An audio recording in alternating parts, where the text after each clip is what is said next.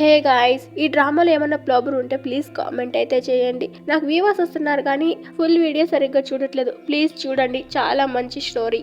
Hey hello guys, will love in spring అనే డ్రామాని మనం 7 to 8 episode అయితే ఎక్స్ప్లెయిన్ చేసుకుందాం. అలాగే మిగతా ఎపిసోడ్ చూడకుండా ఉంటే కింద డిస్క్రిప్షన్ లో ఇస్తాను, వెళ్ళి చూసేయండి. అలాగే ఇంకా మన ఛానల్ ని సబ్స్క్రైబ్ చేసుకోకుండా ఉంటే వెంటనే సబ్స్క్రైబ్ చేసుకోండి.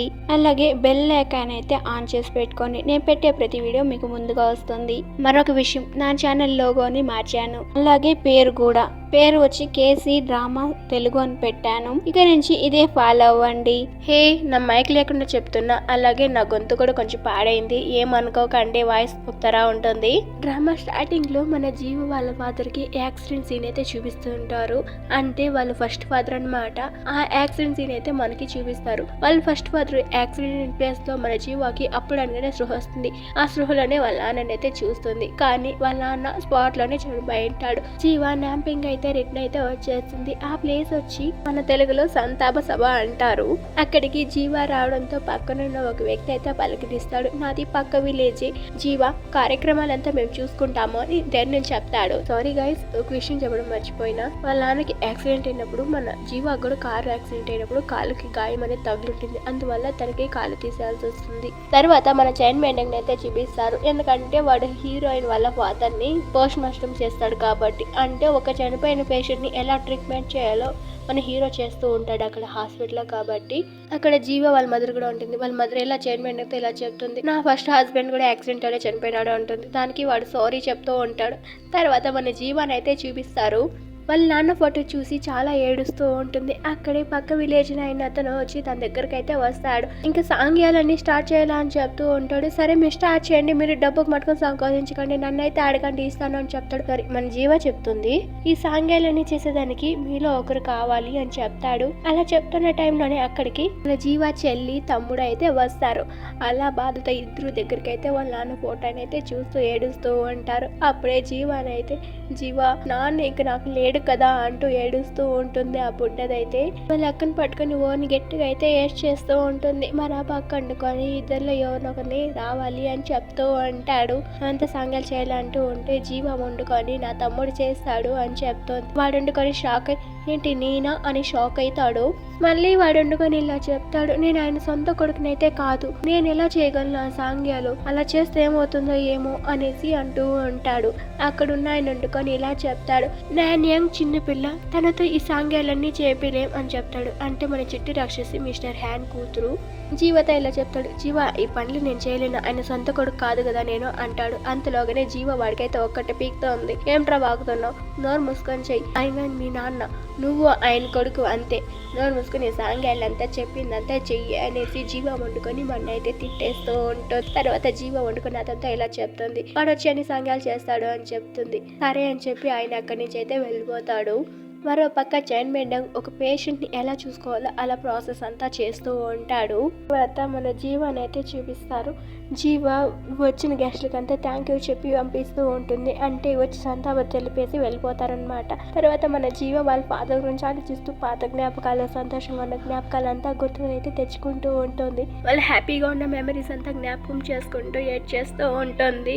అదే టయానికి అక్కడ చైన్ బెండింగ్ అయితే వచ్చి తన నుండుకొని ఓదారుస్తాడు. నువ్వే ఏడిస్తే ఇలా ఎలా, వాళ్ళని ఎవరు సముదాయిస్తారు, నీ చెల్లిని నీ తమ్ముడిని ఎవరు సముదాయిస్తారు అంటూ ఉంటాడు. తర్వాత జీవ ఇక్కడ ఎక్కువసేపు ఉంటే చాలాసేపు ఏడుస్తూ ఉంటుందని జీవాని అయితే అక్కడి నుంచి పిలుచుకొని వెళ్ళిపోతాడు. రా మా ఇంటికి వెళ్దాం అనేసి. సరే అని ఇంటికి అయితే తీసుకెళ్తాడు. జీవానికి ఒక విషయం చెప్పను అంటూ ఉంటాడు. జీవ మాత్రం మా నాన్న లేకుండా ఎలా ఉండాలో నాకు అర్థం కావట్లేదు, ఆయనే నాకు ఇన్స్పిరేషన్ అంటూ ఉంటుంది. అప్పుడే మన చైర్మన్ ఇలా చెప్తాడు, నాకు ఒక ఫ్రెండ్ ఉండేవాడు, బెస్ట్ ఫ్రెండ్, ఒక చిన్న గేమ్ లో గొడవ వచ్చిందని ఫ్రెండ్స్ అంతా కొట్టుకుంటూ ఉంటారు. ఆ గొడవ జరిగే టైంలో నేను సమయానికి అక్కర్లేదు, కానీ లాస్ట్ మినిట్ లో అయితే వెళ్ళాను, కానీ లాస్ట్ మినిట్ లో వెళ్ళినా కూడా ప్రయోజనం లేకుండా పోయింది అని చెప్తాడు. అసలు ఏమైందంటే అలా గొడవ పడుతున్న టైంలో ఒకడు వండుకొని వాడిని అయితే తోసేస్తాడు. అలా తోసేయడంతో కింద ఉన్న రాడ్ ఏదో వాడి గుండెల్లోకైతే గుచ్చుకుంటుంది. అది మన హీరో కూడా చూస్తాడు. హీరో కూడా చూసి చాలా అంటే చాలా షాక్ అయిపోతాడు. అసలు నేను ఎలా దాన్ని తీర్చుకోవాలో నాకు కూడా అయితే అర్థం కాలేదు అంటూ ఉంటాడు.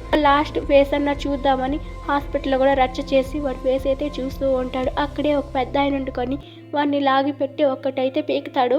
ఇలా బాడీని ఎక్కడ పడితే అక్కడ ఎలా ఓపెన్ చేసి ఇదంటావు అనేసి ఒక బాడీని చనిపోయినాక ఎలా ట్రీట్మెంట్ చేయాలని చేసి చూపిస్తాడు. అక్కడే ఉండి మన హీరో కూడా చూస్తాడు. తర్వాత వాడు ఏడుస్తుంటే ఓదారుస్తాడు అతను వండుకొని ఆ పెద్ద ఆయన. తర్వాత మన చైన్ మెండం వండుకొని ఆ పెద్దతో ఎక్కువగా క్లోజ్ అయిపోతూ ఉంటాడు. చిన్నప్పటి నుంచి ఆయన దగ్గర కొంచెం ఎక్కువగా పెరుగుతూ ఉంటాడు. ఆయనతో ఎక్కువగా క్లోజ్ గా అయితే ఉంటాడు. ఒక రోజు సడన్ గా ఆ పెద్ద ఆయన దగ్గరకు వచ్చి నేను నీకు గిఫ్ట్ ఇస్తున్నా అనేసి చూడమంటాడు. అయితే ఒక చిన్న బుక్ అయితే ఇస్తాడు. ఆ బుక్ లో చనిపోయిన వాళ్ళకి నువ్వు సర్వీస్ చెయ్యొచ్చు అనేసి ఉంటుంది. అంటే అది గవర్నమెంట్ అప్రూవల్ అనమాట. తర్వాత వాళ్ళిద్దరు చాలా దిక్కులు కలిసి తిరిగితే ఎంజాయ్ చేస్తూ ఉంటారు. అలా చెప్తూ ఉంటాడు మన చైన్ విండో. కానీ అని చెప్తూ ఒక రోజు ఫోన్ వచ్చింది. ఆ ఫోన్ లో ఆయన చనిపోయినట్టు ఫోన్ కాల్ అయితే వచ్చింది అని చెప్తాడు. నేను ఆయన ఇన్స్పిరేషన్ గా తీసుకొని వచ్చాను కానీ ఆయన నా దగ్గర లేకుండా పోయాడు. ఆయన జ్ఞాపకార్థం పెట్టుకున్నా అని చెప్తాడు. ఇలా జీవాకి చెప్పడంతో ఇలా జీవా కూడా కొంచెం కూల్ అవుతుంది. అలా నువ్వు కూడా కొంచెం ముందుకు సాగిపోవాలి అని చెప్తూ ఉంటాడు. అలా మరుసటి రోజు జీవ వాళ్ళ నాన్న థింగ్స్ అంతా ప్రతి ఒక్కటి బాక్స్ లో అయితే ఎత్తి పెట్టేస్తూ ఉంటారు. ఇది ఉండకూడదు అని చెప్తూ ఉంటారు. వాళ్ళ మదర్ వండుకొని నాన్యాంగ్ నువ్వు ఇంకా స్కూల్కి వెళ్ళు, రే నువ్వు కూడా ఇంకా కాలేజ్కి వెళ్ళు అని చెప్తుంది. తర్వాత జీవ కూడా ఇలా చెప్తుంది. జీవ ఇంక నువ్వు షాంఘై వెళ్ళు, నీ జాబ్ చూసుకో అని చెప్తోంది. దానికి మన జీవ వండుకొని అమ్మ నువ్వు బాగానే ఉన్నావు కదా అనేసి అడుగుతుంది. ఏంటి జీవ నేను బాగానే ఉన్నాను, నువ్వు ప్రశాంతంగా వెళ్ళి నీ జాబ్ పని నువ్వు చూసుకోమా అని చెప్తూ ఉంటుంది. కానీ అప్పటికి జీవ గమ్మ అనుకున్న వాళ్ళ మదర్ని అయితే వెనకాల నుంచి హక్ చేసుకుని అమ్మ ఇకపై నుంచి నీకు నేనున్నా అంటూ వాళ్ళ అమ్మకి అయితే ధైర్యం చెప్తూ ఉంటుంది. సరే అమ్మ ఇక నువ్వు ఇక్కడ భద్రంగా ఉండు అని చెప్పి తనైతే షాంఘైకి వెళ్ళిపోతుంది. తన ఫ్రెండ్ కూడా ఇంకా అంతా సర్దుకుంటుంది అని చెప్తుంది. తర్వాత ఆఫీస్ లో తన డైలీ వర్క్ అయితే చూసుకుంటూ ఉంటుంది. అంటే అది హాస్పిటల్ వర్కే అనమాట. మీటింగ్ అయిపోయిన తర్వాత జీవాకి ఫోన్ కాల్ అయితే వస్తుంది. చిట్టి రాక్షసి కనిపిస్తా లేదో అని ఫోన్ అయితే వస్తుంది. జీవాకి అయితే కాళ్ళు చేతులు అదిరి కొట్టిపోతుంది ఎక్కడికి వెళ్ళిపోయిందని. అంత వెంటనే తనకి ఇంకో కాల్ అయితే వస్తుంది. చైన్ మెండం కదా కాల్ చేసింది. నా దగ్గర ఉంది అని చెప్తాడు. మన హీరోయిన్ కి కొంచెం రిలాక్స్ అవుతుంది. ఎప్పుడెప్పుడు ఇంటికి వస్తారని వెయిట్ చేస్తూ ఉంటుంది. తర్వాత వాళ్ళిద్దరు కలిసి అయితే ఇంటికి వస్తారు. మన జీవాకి ప్రాణం లేచి వచ్చినట్టు ఉంటుంది. అలాగే కోపం కూడా వస్తుంది. ఎక్కడికి వెళ్ళావు, ఏమైపోయావు అనేసి మేమెంత టెన్షన్ పడినామని జీవ మీద కోపడుతుంది. ఆవిడ వెళ్ళి చైన్ మెండం వెనక అయితే దాంకుంటుంది. జీవ అయితే చాలా కోపంగానే ఉంటుంది. అప్పటికి కూడా చైన్ మెండం కూల్ అవ్వు, ఇప్పుడు ఏం కాలేదు కదా వద్దు అంటాడు. సరే జీవ అని చెప్పి చైన్ మెండం బయలుదేరతాడు. లేదు నువ్వు కాస్త ఆగు, నువ్వు ఇక్కడ కాసేపు ఉండగలవా అని అడుగుతుంది. ఎలా అంటే నేను కాసేపు ఆఫీస్ వర్క్ చూసుకొని వస్తానంటే సరే అని చెప్తాడు. సరే ఇక వెళ్ళి తిందాం పదంటనేసి అందరూ డైనింగ్ టేబుల్ దగ్గర అయితే కూర్చుంటారు. కానీ అల్లరి పిల్ల అయితే మటుకు ఏమీ తినకుండా గమ్ముని ఉంటుంది. అప్పుడు మన హీరో అనుకుని లైట్లన్నీ ఆఫ్ చేసి ఒక క్యాండిల్ అయితే వెలిగించుకుని అయితే వస్తాడు అక్కడికి. అంటే మన చిన్నపిల్ల రాక్షసి ఉంది కదా, దానికోసమే క్యాండిల్ ని తన దగ్గరికి అయితే తీసుకొస్తాడు. క్యాండిల్ అయితే అంటించి తన దగ్గర పెట్టి నీ విషయంతో కోరుకో, అలాగే తనకి కొన్ని మోటివేషన్ మాటలు అయితే చెప్తాడు. ఆ మాటలు విన్నాక మన నాణ్యంగా వండుకొని భోజనం తింటుంది. తర్వాత అలాగే తననైతే నిద్రపుస్తాడు. ఒక మంచి స్టోరీ చెప్తూ తననైతే నిద్రపుచ్చుతాడు. తర్వాత మరి ఇంక నేను బయలుదేరతా అని చెప్పి బయలుదేరేస్తాడు. అంతలోపలే జీవాన్ని అయితే మళ్ళీ పిలుస్తుంది. థ్యాంక్స్ చైన్ మెండోంగ్ అనేసి చెప్తుంది. చైన్ మెండోంగ్ ఇలా చెప్తాడు, రేపు నాన్యాంగ్ ని బయటికి సరదాగా ఎక్కడికైనా తీసుకెళ్ళు అని చెప్తాడు. సరే అని చెప్తుంది. తర్వాత నా వీచాట్ ని ఎందుకు డిలీట్ చేసావు అనేసి అడుగుతుంది. ఏం లేదు ఊరికే ఇప్పుడు నీ స్కానర్ చూపి నీ వీచాట్ ని కనెక్ట్ చేసుకుంటా అని చెప్తాడు. ఆ రోజు జరిగింది గురించే కదా, ఆ రోజు నేను ట్రైన్ దగ్గర కిస్ చేస్తాను కదా, అందుకే కదా డిలీట్ చేసావంటే సర్లే గాని ఇంక నువ్వు నాకు స్కానింగ్ చూపేవే ముందు అంటూ ఉంటాడు. సరే కానీ ఊరా అని చెప్పేసి సైలెంట్ గా వీచాట్ అయితే ఇద్దరు స్కానింగ్ అయితే చేసుకుంటారు. తర్వాత మరుసటి రోజు మన జీవ వండుకుని వాళ్ళ చెల్లెల్ని షాంఘై మొత్తం తిప్పి తన ఒక ట్రిప్ అయితే వేపిస్తుంది. అలాగే వాళ్ళు ల్యాంపింగ్ కూడా వెళ్ళిపోతారనమాట.